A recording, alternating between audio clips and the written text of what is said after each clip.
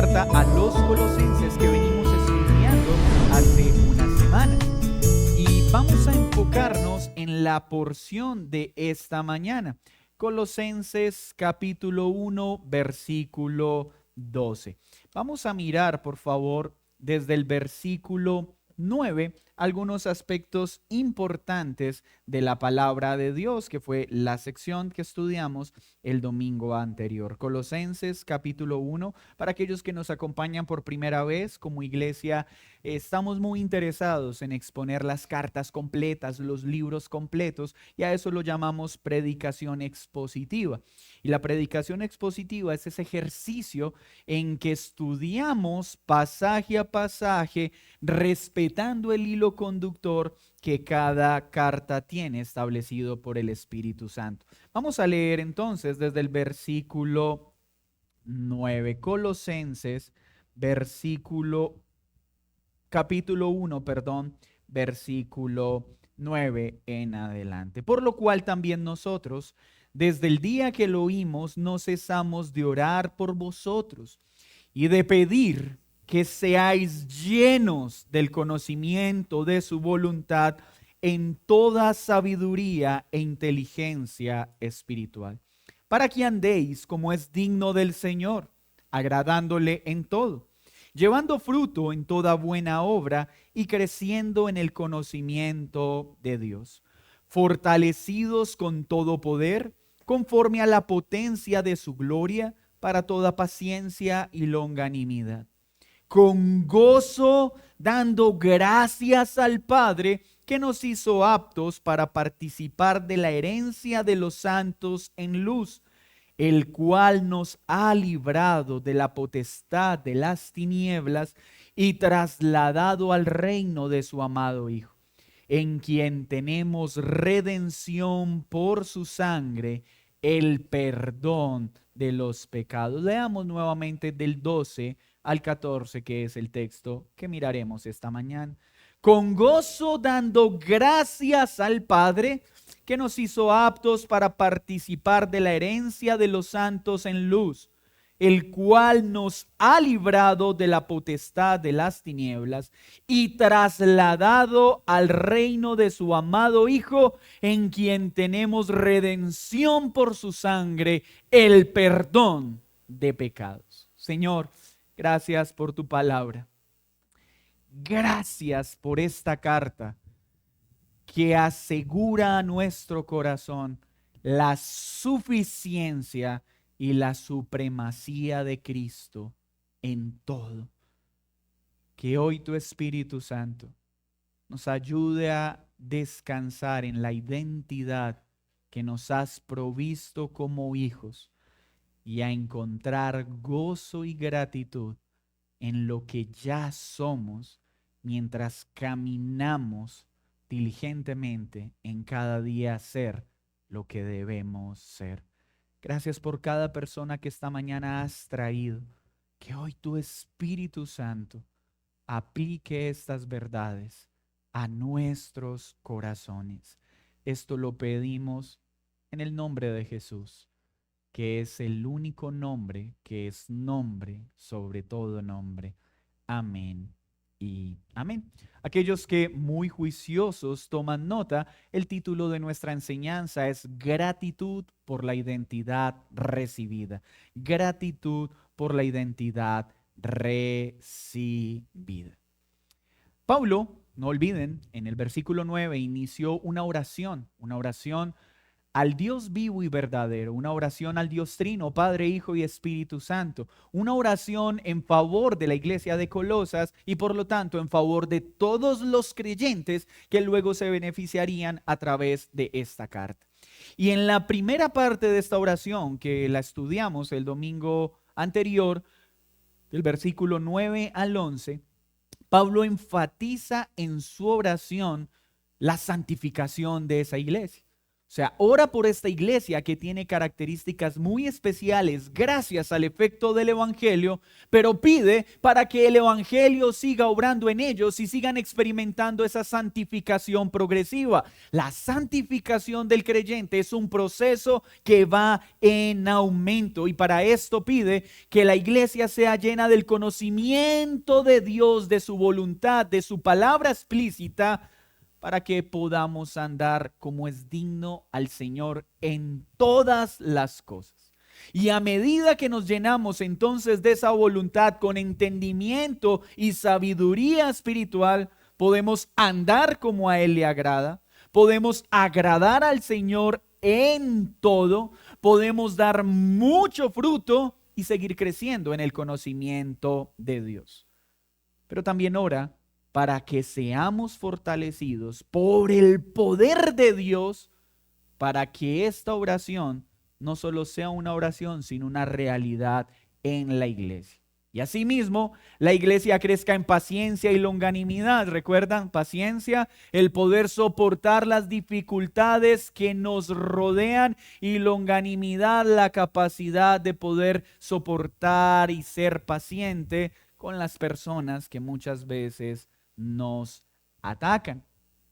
Ahora pasa su oración a agradecer con gozo no lo que la iglesia va a recibir, sino lo que la iglesia tiene. Y escúcheme muy bien. Mis hermanos, esta oración que eleva el apóstol Pablo en esta sección recuerda a la iglesia cuál es la base para poder tener una santificación progresiva. Es decir, para que podamos crecer en el conocimiento de la voluntad de Dios, para que podamos dar mucho fruto, para que podamos caminar fortalecidos en el poder de Dios, teniendo paciencia y longanimidad, es necesario que la iglesia camine alegre y gozosa, siempre contemplando aquello que ya recibimos. Mi identidad en Cristo es lo que garantiza que mi santificación progrese. Pero si yo no tengo claro quién soy, no podré caminar conforme a eso que soy. Por eso los indicativos siempre van antes de los imperativos en la Biblia. Siempre Dios nos recuerda lo que somos para luego pedirnos lo que debemos hacer conforme a eso que somos. Entonces, esta sección nos va a recordar lo que ya obtuvimos, esa regeneración, esa redención, el traslado a un nuevo reino y el perdón de nuestros pecados. Escuchen muy bien esto, mis hermanos. ¿Recuerdan el contexto de la carta? ¿Recuerdan lo que está viviendo la iglesia de Colosas? Una iglesia que era conocida por su amor a Dios y por su amor a los hermanos, ahora está siendo atacada por las doctrinas peligrosas del gnosticismo y el legalismo, por doctrinas místicas que están promoviendo un duro trato contra el cuerpo y una cantidad de sacrificios que parecen ser muy loables, pero que al final no sirven para nada en la lucha contra el pecado. Y no es entonces un error que Pablo eleve esta oración a la iglesia para que la iglesia recuerde lo que ya tienen, porque estos falsos maestros les está haciendo pensar que no tienen estas riquezas, sino que a través de esos sacrificios o de esas prácticas místicas van a poder obtener esta identidad. La diferencia entre el cristianismo y las demás religiones es esta. Todas las religiones de este mundo llaman al hombre a cambiar su conducta y a establecer prácticas y rituales para querer ganarse el amor de Dios o la aceptación de Dios. El cristianismo es la única religión que enseña que lo único que tenemos que hacer es encontrar nuestra plenitud en Cristo y mediante la fe poder ser aceptados por Dios, y esa fe transforma nuestra manera de vivir.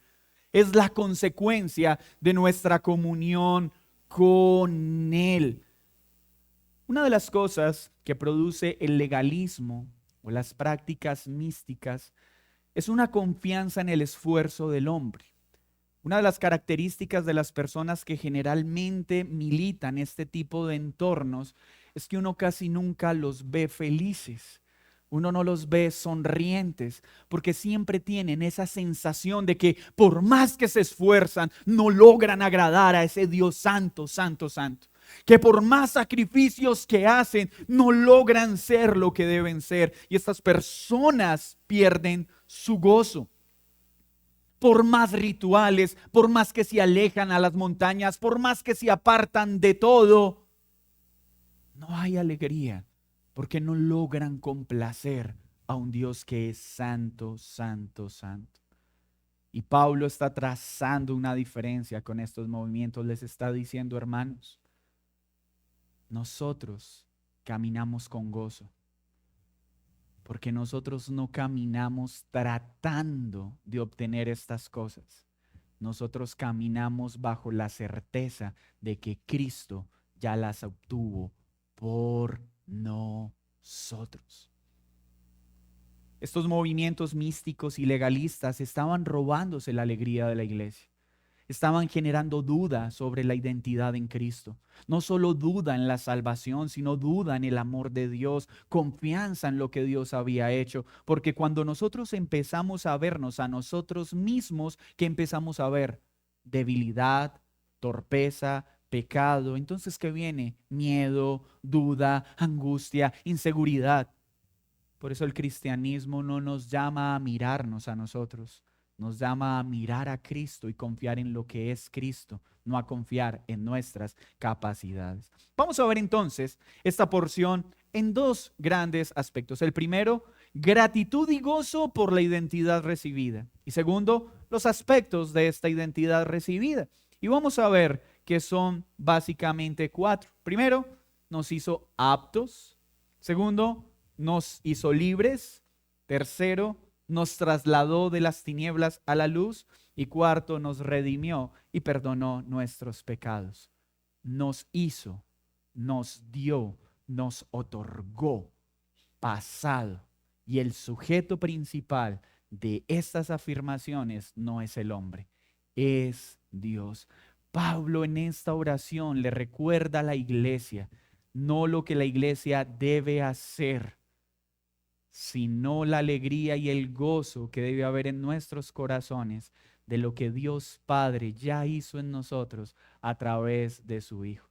Nosotros no venimos a la iglesia para obtener estas cosas. Nosotros venimos a la iglesia a celebrar que Cristo las obtuvo por nosotros, para nosotros, porque el Padre nos amó.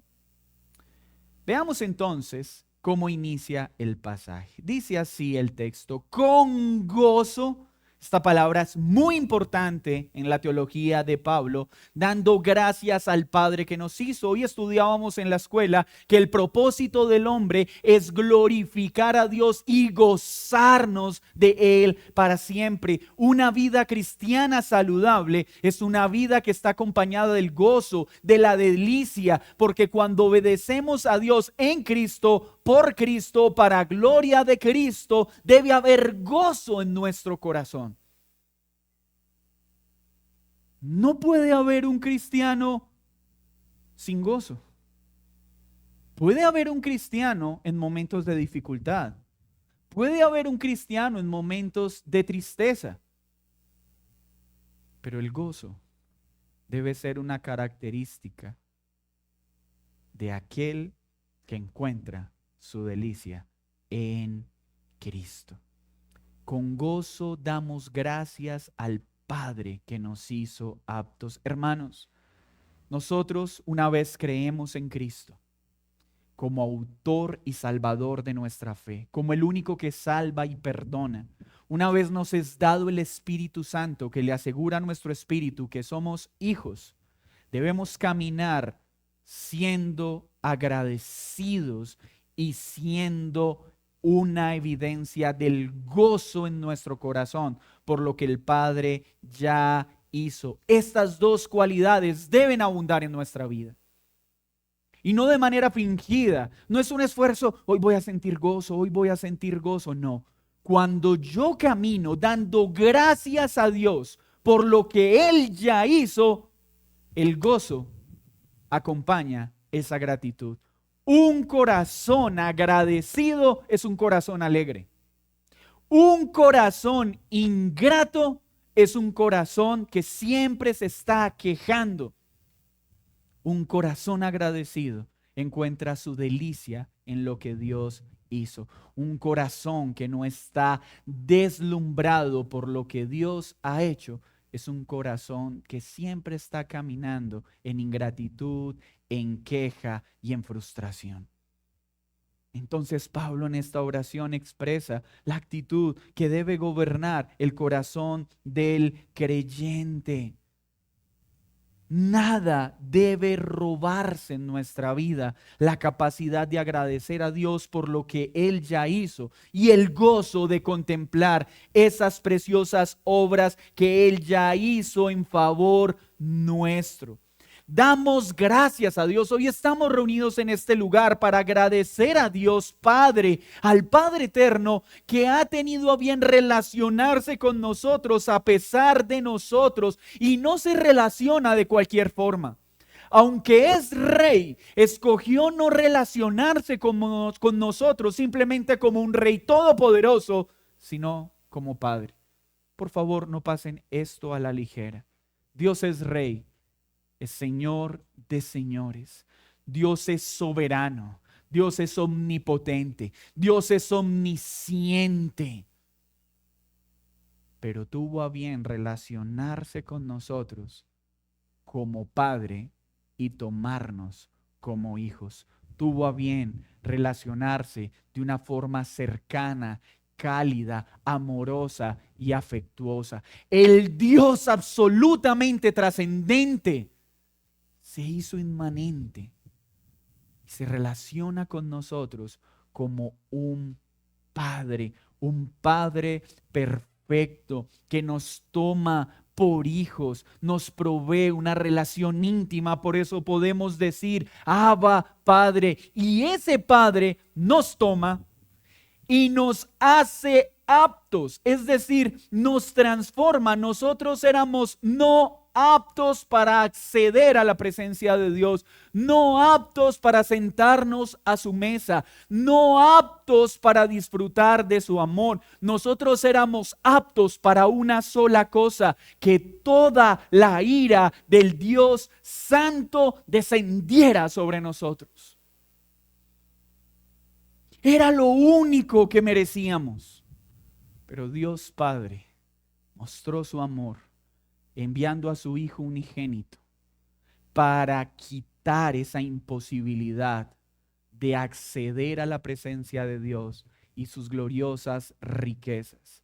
Y en Cristo Jesús nos da una nueva naturaleza y una de sus características es que ahora somos aptos. Hemos sido reconciliados, hemos sido habilitados para volver a entrar a su presencia. El Padre en el Hijo nos vuelve a dar acceso a su presencia, una presencia de la cual fuimos destituidos por Adán y Eva por el pecado. Es nuestro pecado el que nos impide acceder a su presencia, pero el Padre envió a su Hijo para hacer no solo posible, sino para garantizar nuestro acceso a Él y a sus riquezas en gloria. Miren lo que dice 1 Tesalonicenses 5:16. Estad siempre gozosos. No significa niega que estás pasando problemas, porque hay creyentes que uno les pregunta, ¿tú cómo estás? Bien,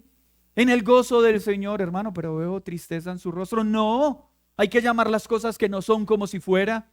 Eso no es fe, eso es hipocresía. Hermano, estoy pasando por un momento difícil. Hay una situación que me está causando tristeza.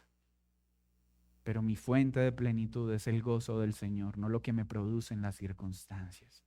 es la seguridad de que Él gobierna en todo. Estad siempre gozosos, orad sin cesar, dar gracias a Dios en todo, porque esta es la voluntad de Dios para con vosotros en Cristo Jesús. Entonces nosotros caminamos en el gozo del Señor bajo la certeza de que el Padre nos tomó, de que cambió nuestra naturaleza. Él nos hizo aptos. Él nos habilitó para participar de la herencia en los santos. Él cambió nuestra penosa condición de hijos de ira, de hijos del diablo, de enemigos de Dios, para ahora darnos el título de hijos.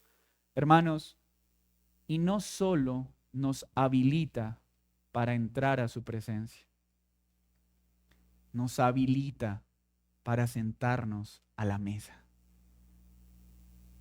No solo nos traslada de la penosa condición que tenía, ahora podemos encontrar delicia bajo su abrigo, bajo su amor perfecto, un amor al que no podíamos acceder. Antes éramos enemigos. No estábamos habilitados para estar con Él. No podíamos acceder a ninguna de sus posesiones. No podíamos entrar a su casa, menos sentarnos a su mesa. No podíamos saborear las riquezas de su gloria, menos poseerlas. Pero Él nos dio una nueva naturaleza y nos proveyó en Él todo lo que necesitábamos para ser aceptados. ¿Quién lo hizo? Él. Pablo le está diciendo, no se engañen. No es porque empiecen a hacer ayunos de 40 días. No es porque empiecen a hacer rituales. No es porque se aparten a una montaña. No es porque traten de ser buenas personas. No. Recuerden que no es lo que ustedes hacen lo que los salva. No es lo que ustedes hacen lo que los santifica. Es lo que el Dios Padre ya hizo a través de su Hijo en nosotros, la razón por la que somos aptos y disfrutamos de estos nuevos beneficios. Hoy tú, que has creído en Cristo, debes dejar de verte como enemigo, como indigno de acercarte a Él. Hoy no solo nos podemos acercar, sino que podemos hacerlo con confianza. No solo nos acercamos confiadamente, sino que sabemos que podemos sentarnos a su mesa. Es su presencia, es una relación cercana que el Padre obtuvo para nosotros, que el Padre nos da a nosotros, no por lo que hicimos, sino por lo que el Hijo hace. Pero lo siguiente que dice es, el Padre no solo nos hace aptos, sino que nos traslada, nos libra, de la potestad de las tinieblas. Nos libra. Lo primero es cambia nuestra naturaleza. Nos da una nueva identidad, ya no somos enemigos, somos hijos. Él lo hizo. Y no por nuestras obras, para que ninguno de nosotros se gloríe, sino a través de las obras de Cristo. Pero no solo cambia nuestra identidad, sino que nos libra de la esclavitud en la que todos nosotros estábamos. Mira, tú que vienes por primera vez a una iglesia cristiana o que llevas un tiempo caminando en iglesias cristianas, pero no has nacido de nuevo, déjame decirte algo. Todo aquel que no ha creído en Cristo está bajo la autoridad de las tinieblas. Es esclavo, no es libre. Porque todo aquel que no ha creído en Cristo es no apto para entrar a su presencia y es esclavo de las tinieblas. Pero ¿qué hizo el Padre a través del Hijo? Nos libera de esa esclavitud. Nos libera del poder que Satanás, el mundo y la carne tenía sobre nosotros. Nosotros solo podíamos hacer lo que era agradable a Satanás, lo que era agradable al mundo y lo que era agradable a nuestra carne. Pero el Padre, a través de su Hijo, nos libera de ese verdugo, nos libera del poder legal y la autoridad que Satanás y el mundo de tinieblas tenía sobre nosotros. El Padre entrega a su Hijo, al unigénito, para liberarnos de esa penosa condición. pagó la deuda que debía ser pagada para que nosotros pudiésemos ser librados de la esclavitud en la que nos encontrábamos. Es decir, todos nosotros nacimos bajo la autoridad legal de Satanás por causa del pecado. Satanás tiene autoridad legal sobre todo nacido como criatura que no ha nacido por el Espíritu Santo. Y era necesario pagar un precio para ser rescatado de ese mercado de esclavos. No, Dios no simplemente llegó y venga, lo saco del mercado. Venga, lo libero de este enemigo. No, porque ese enemigo tenía un poder legal sobre nosotros. Y Dios se mueve en legalidad, porque Dios es un Dios de orden. Entonces Dios, para poder rescatar a esos esclavos, tenía que pagar el precio. El precio para que esos esclavos fueran librados. Y el precio que paga el Padre para liberar a pecadores como nosotros es entregar la vida del Hijo. Es entregar a su unigénito, para que ese verdugo que estaba enseñoreado sobre nosotros ya no tenga más poder sobre nosotros. Y Pablo le está recordando a la iglesia, ya fuimos libres, no se dejen engañar. No es por rituales, no es por esfuerzos, no. El Padre ya obtuvo esa libertad para nosotros al dar al Hijo, y al que Él hace libre, lo hace verdaderamente libre. Miren lo que dice Juan 8:34. Jesús les respondió, de cierto os digo. ¿Recuerdan qué significa esto? Presten mucha atención, porque lo que sigue a continuación es una absoluta verdad de la cual no deben dudar. Esto es un paralelismo de énfasis que capta nuestra atención y nos dice, cuidado, porque la verdad que sigue no debe darse margen de duda sobre ella.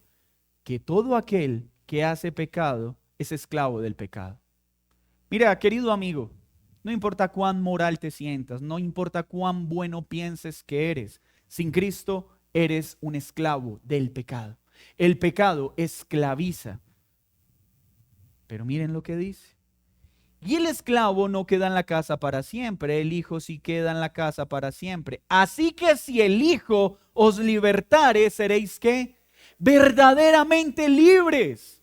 Así que esa libertad que estos falsos maestros promovían a través de esfuerzos, a través de rituales, a través de festividades, no hace verdaderamente libre a nadie. Miren, las personas que participan de falsas religiones pueden cambiar su manera de vivir. Pueden tener cambios significativos en su conducta, pero siguen siendo esclavos. Porque solo hay uno que tiene la potestad de librarnos de la esclavitud del pecado.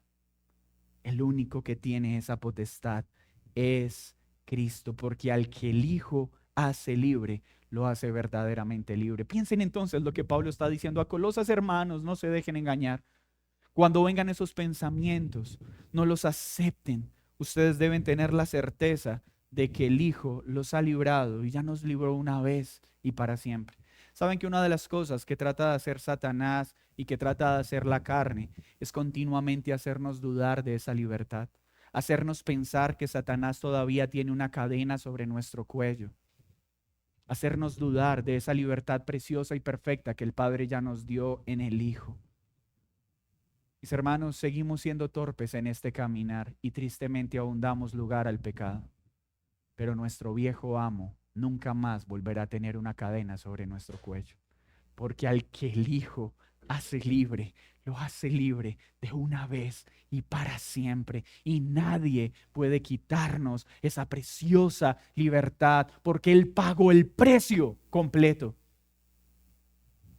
No puede volver a ser nuestro amo ese viejo verdugo, porque el Hijo ya nos hizo libres. Segunda de Corintios 4:6 dice, porque Dios que mandó que las tinieblas resplandeciesen la luz, es el que resplandeció en nuestros corazones para iluminación del conocimiento de la gracia de Dios en la faz de Jesucristo.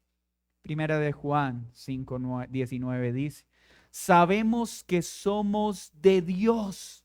Le pertenecemos a Él, nos hizo libres, somos sus hijos, pero el mundo está bajo el maligno. ¿Y por qué está pasando lo que está pasando en nuestra nación? ¿Por qué el mundo está caminando como si se estuviese enloqueciendo con las decisiones que toman?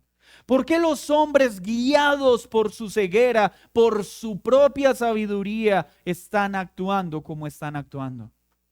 Porque el mundo está bajo el maligno. Pero los hijos de Dios no estamos en este mundo.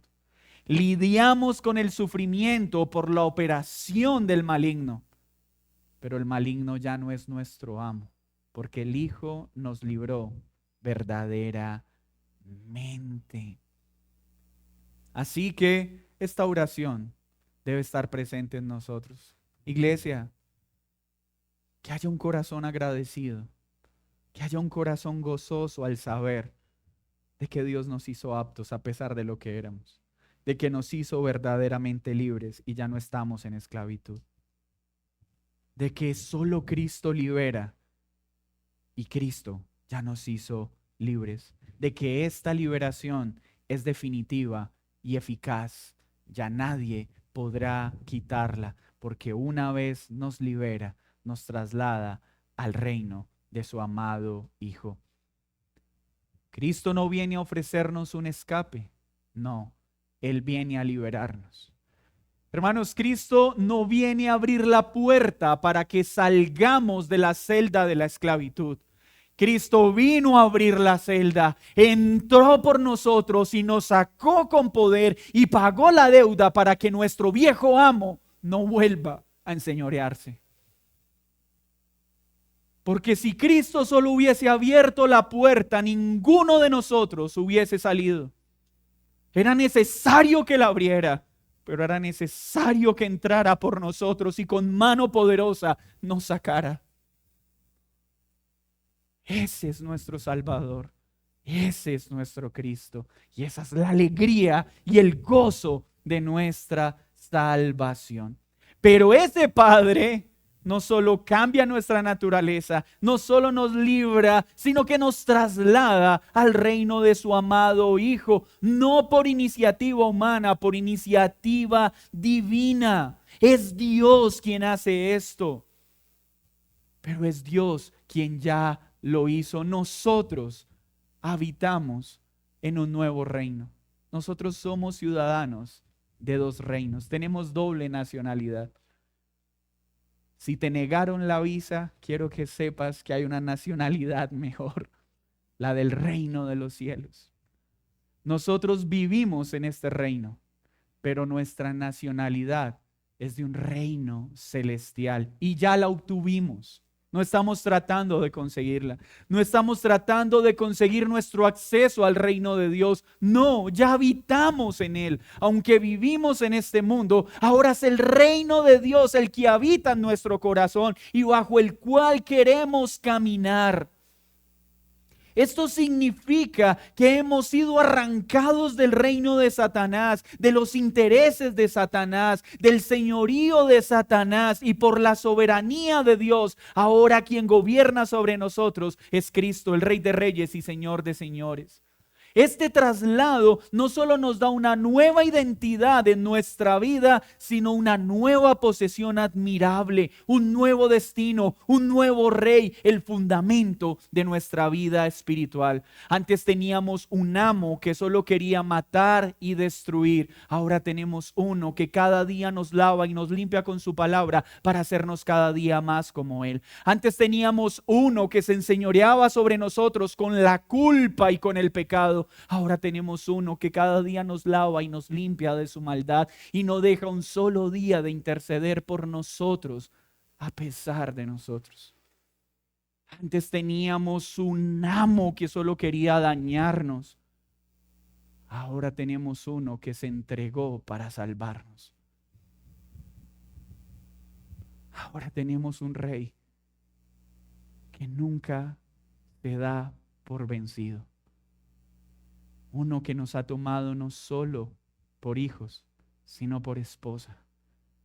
Y todos los días nos lava y nos santifica con su palabra para hacernos más y más como Él. Así que ya no pertenecemos a los principios de este reino. Ya no queremos vivir según lo que este mundo enseña, porque ahora tenemos un nuevo Señor, nuevas leyes, una nueva familia, un nuevo destino. Ya lo tenemos. No estamos tratando de acceder a ese reino. Muchas religiones, particularmente las religiones místicas, que promueven el tema de la reencarnación, le están enseñando a las personas que por un esfuerzo, por una obediencia, van a poder llegar un día al reino. ¿Saben quién va a poder llegar al cielo mediante reencarnación si esta fuese real? Nadie. Por eso es tan fácil ver a algunos que en una vida fueron reyes y en la otra reencarnan como cucarachas. Por una razón, porque por obras, ¿quién podría reencarnar en una próxima vida siendo mejor de lo que fue antes? Ninguno. Por eso el cristianismo es precioso, porque no nos dice que a ese reino se accede por las obras. A ese reino se accede por las obras perfectas de Cristo y se vuelven nuestras mediante la fe. Ya estamos en ese reino, ya saboreamos ese reino, pero aguardamos ese establecimiento perfecto cuando Él regrese por segunda vez, donde estaremos con nuestros cuerpos glorificados y allí viviremos conforme a estas leyes de manera perfecta. Filipenses 3:20 dice lo siguiente: mas nuestra ciudadanía está en los cielos, de donde también esperamos al Salvador, al Señor Jesucristo, el cual transformará este cuerpo de humillación nuestra para que sea semejante al cuerpo de gloria suya, por el poder con el cual puede también sujetar a sí mismo todas las cosas. Hermanos, ¿notan quién es el sujeto principal de esta oración? Los falsos maestros y las falsas religiones nos dicen: tú tienes que alejarte del pecado, tú tienes que hacer esto para entrar al cielo, tú tienes, tú tienes, tú tienes. Pablo le está diciendo a la iglesia: no escuchen a esos herejes. El Padre ya nos dio, el Padre ya nos dio, el Padre ya nos dio. Nosotros ya somos libres, ya somos aptos y ya somos ciudadanos de un nuevo reino si hemos creído en Cristo. Pero nos redime por su sangre y perdona nuestros pecados. El cuarto beneficio que le recuerda a la iglesia en esta oración, el cuarto beneficio que nos hace caminar alegres y gozosos a pesar de nuestras debilidades, imperfecciones. Redimir se refiere a liberar mediante el pago de un precio, ya lo vimos. Fuimos liberados. ¿Cómo somos liberados? Mediante su redención. ¿Y cuál es el precio de esta redención? Nada más y nada menos que la sangre del Cordero perfecto. Sangre que no solo nos saca de la esclavitud, sino que lava nuestros pecados. Porque eso pudo haber sido otro proceder del Dios Trino.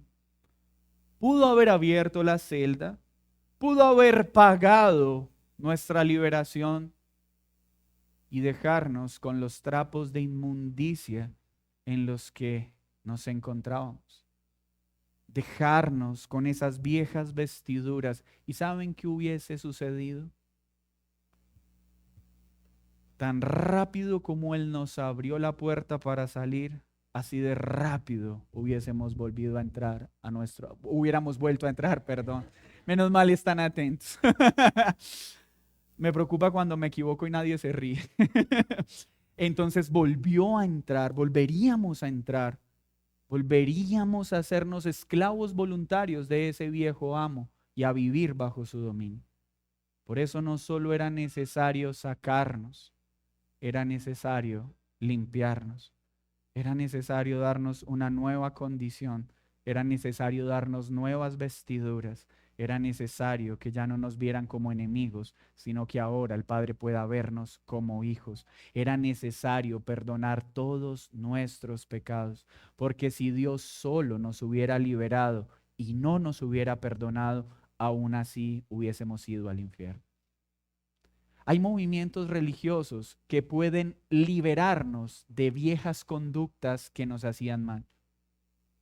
De hecho, hay movimientos sociales, alcohólicos anónimos, narcóticos anónimos, todos estos movimientos que promueven cambios de conducta y ayudan a la gente a librarse de viejas prácticas que les causaba mal.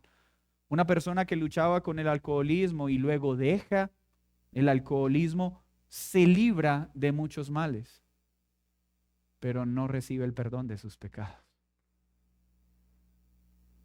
Cambia su manera de vivir y puede salvar tal vez su hogar, pero no su alma. Puede mejorar su condición de vida al ya no gastarse todo su dinero en borracheras, pero no puede entrar al reino de los cielos. Esa es la gran diferencia con Cristo. Porque Cristo no solo nos libra de los males que produce el pecado, perdona el pecado. Nos da acceso al reino de los cielos. Nos da unas nuevas vestiduras y nos sienta a la mesa. Miren lo que dice Hebreos 9:12. Y no por sangre de machos cabríos ni de becerros, sino por su propia sangre. ¿Está escuchando bien? Cristo se da. El Padre entrega a su Hijo. Su sangre. Su sangre.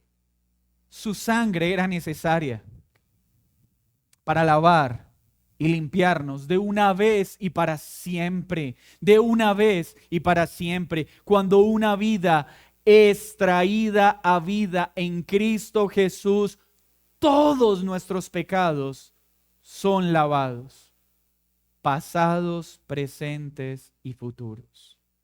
Somos total y verdaderamente libres de una vez y para siempre. Somos hechos aptos de una vez y para siempre. Somos hechos miembros de un nuevo reino de una vez y para siempre, porque ese es el poder eficaz del derramamiento de la sangre del Cordero perfecto, que solo tenía que darse una vez y para siempre. Por eso nadie puede volvernos a esclavizar, por eso nadie puede sacarnos del reino de Dios y por eso nadie puede volver a hacernos enemigos de Dios, porque una vez hechos hijos, siempre hijos. Una vez hechos libres, siempre libres. Este perdón es definitivo, pero también es completo. No quedó faltando algo. No quedó faltando algo. Ya la deuda fue saldada perfecta y completamente. Y entonces, ¿qué significa? ¿Qué hace Dios con nuestros pecados? Al redimirnos, al liberarnos, al pagar el precio y al perdonar nuestros pecados, podemos decir junto al salmista lo que dice el Salmo 103:12. Cuánto está lejos el oriente del occidente, hizo alejar de nosotros nuestras rebeliones. Tomó nuestro pecado y lo arrojó al fondo del mar. Y cuando Satanás quiera recordarnos lo que un día hicimos, podremos decir: mal haces en recordarme mi mal, pues cuando lo recuerdas me haces acordar del bien que mi amado hizo, porque tomó eso que quieres refregar en mi rostro y lo arrojó al fondo del mar. Pierdes tu tiempo acusándome por algo que el Cordero ya lavó y ya limpió. Porque ninguno de nuestros pecados pasados podrá volver a ser usado en nuestra contra. Tal vez los hombres podrán hacerlo, pero Dios no lo hará, porque todos ellos fueron lavados en el Cordero. ¿Has venido a Cristo? ¿Has puesto tu fe en Él? Todos los pecados han sido perdonados. El perdón de los pecados es el don más precioso del Evangelio. Es el acto gratuito, completo y eterno de Dios, basado en el sacrificio perfecto de Cristo, por el cual somos librados de una vez y para siempre de toda condenación y restaurada nuestra comunión con Dios. Romanos 5:1 dice, justificados pues por la fe, tenemos paz para con Dios por medio de nuestro Señor Jesucristo. John Owen dijo lo siguiente: el perdón es la primera piedra del edificio espiritual. Si no tienes perdón, no tienes a Cristo. Pero si tienes a Cristo, tienes perdón.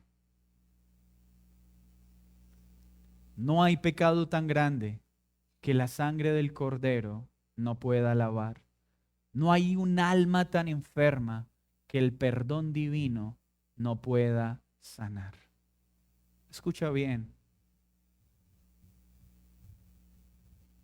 Tus pecados, mis pecados, a los ojos de un Dios santo, son abominables. No hay pecado pequeño, escúchame. No hay pecados pequeños. No lo hay. Pero todos nuestros pecados son lavados. Mira, no sé qué tan malo seas bajo los ojos humanos y cuán terribles sean las cosas que has hecho. Pero quiero que sepas que no hay una persona lo suficientemente mala que Dios no pueda perdonar. No importa cuán perverso hayas sido en toda tu vida, el Dios de misericordia perdona. Pero no importa cuán bueno pienses ser, sin Cristo a los ojos de un Dios santo, eres abominable y perverso. Necesitas a Cristo. No hay pecador que en Cristo no pueda ser salvado, pero no hay persona lo suficientemente buena para ir al cielo sin Cristo. No hay un alma tan enferma que el perdón divino no pueda sanar. El perdón de Dios es tanto una dádiva como una joya, dijo Thomas Watson. Quien lo recibe posee más que si tuviera el mundo entero.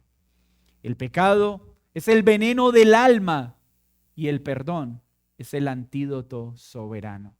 Solo Cristo da este antídoto. Cuando Dios perdona, no deja huellas. Él lanza nuestros pecados al fondo del mar, no para que floten, sino para que nunca resurjan. La sangre de Cristo no fue un rescate simbólico, sino real, suficiente y efectivo para borrar toda mancha de pecado. Iglesia, que hoy salgamos de este lugar con un corazón agradecido y gozoso.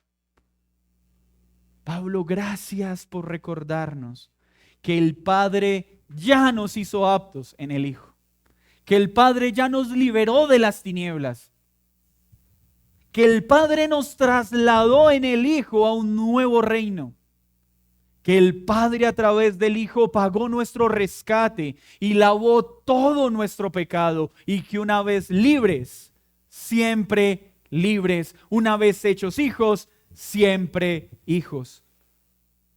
Que con alegría y gozo vivamos conforme a esto que ya nos diste.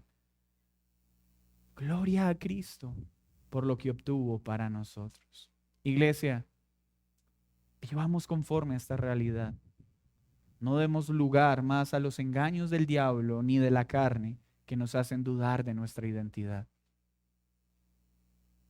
Vivamos conforme a lo que somos, aptos, libres, perdonados, rescatados.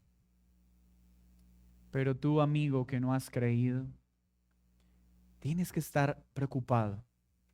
Y déjame enviarte a casa con una preocupación, pero también con una esperanza.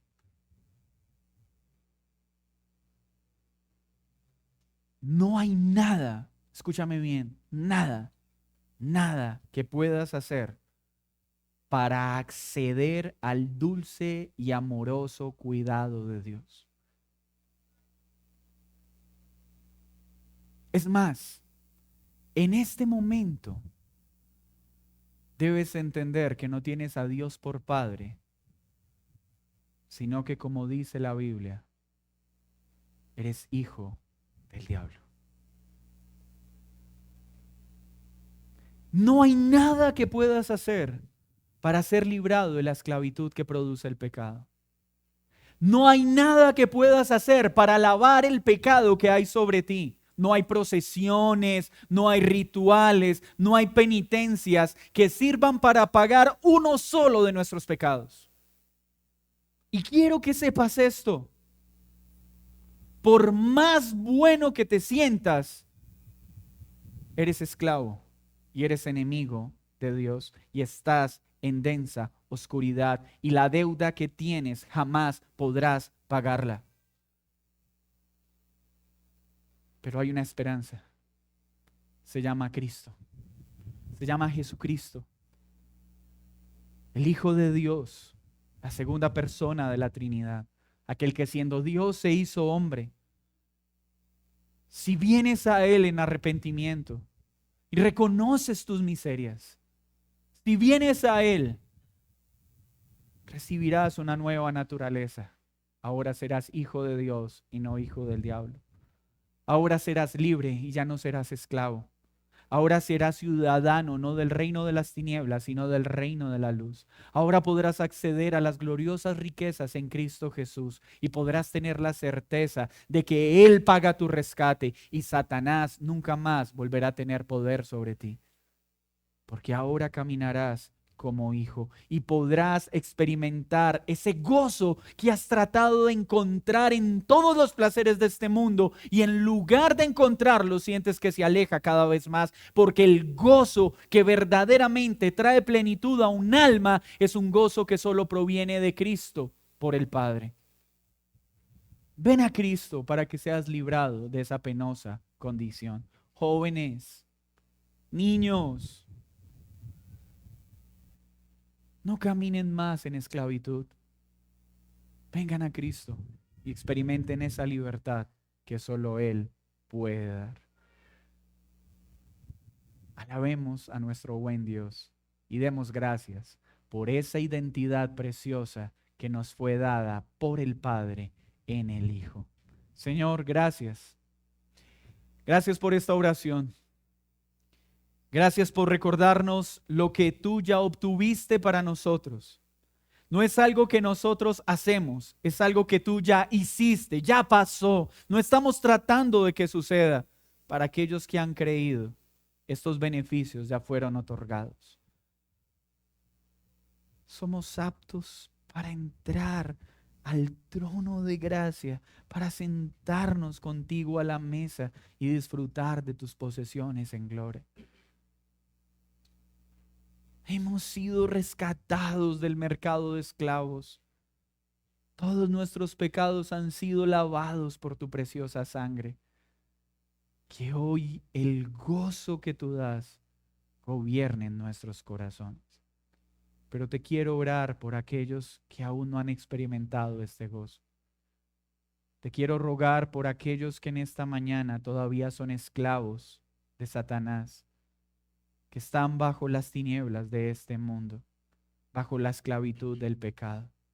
Espíritu Santo, ilumina el entendimiento, que Cristo hoy sea revelado a sus corazones, para que sean trasladados de las tinieblas a la luz, de enemigos a hijos de Dios, de esclavos a libres, de pecadores a redimidos.